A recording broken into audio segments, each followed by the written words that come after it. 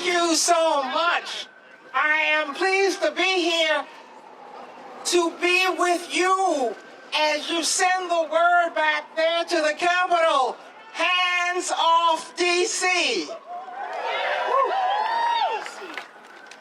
I am grateful to the many groups across the District of Columbia that have helped organize this event. We have come together today with one simple message for Congress and President Biden.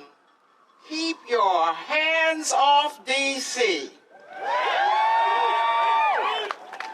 You either support D.C. home rule or you don't.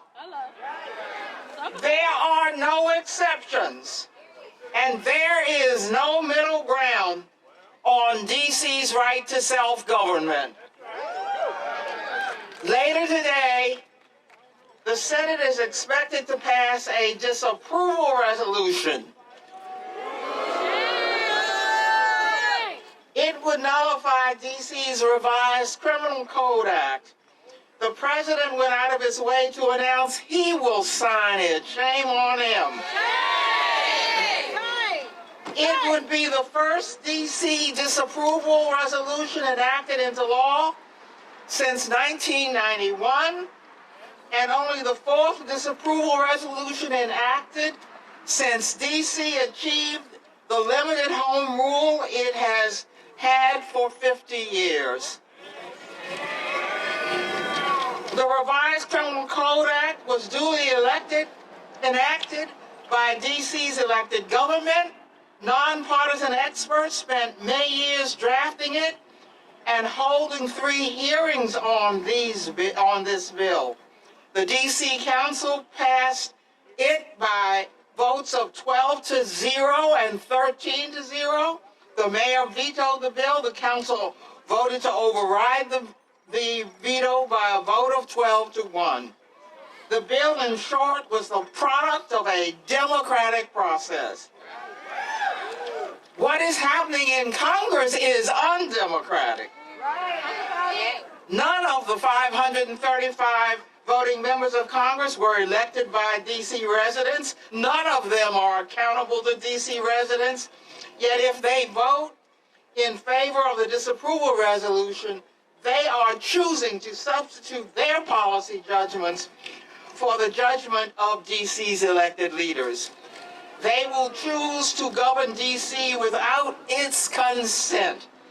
The nearly 700,000 D.C. residents, the majority of whom are black and brown, are worthy and capable of self-government. And we've shown that time and again. I am deeply concerned that the president's decision to... Thank you. And this was important to say because I'm concerned that the president's decision to sign the disapproval resolution, along with the large bicameral, bipartisan majorities that are expected to pass the disapproval resolution, will only embolden Republicans to interfere in D.C.'s local affairs. Just let them try. Yeah. We expect Republicans to not only try to pass more standalone bills overturning D.C.'s policies, but also to try to use must-pass legislation, such as the debt limit and appropriation bills, to attack D.C.'s policies.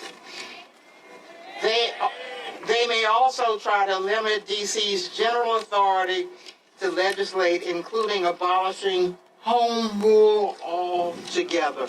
There are bills that would actually, we're ready for them, because there are bills that would actually do that, actually abolish home rule, that have been introduced in the Congress this session. I am so delighted to see so many of you here. I thank you all for making your voices heard to defend D.C.'s home rule.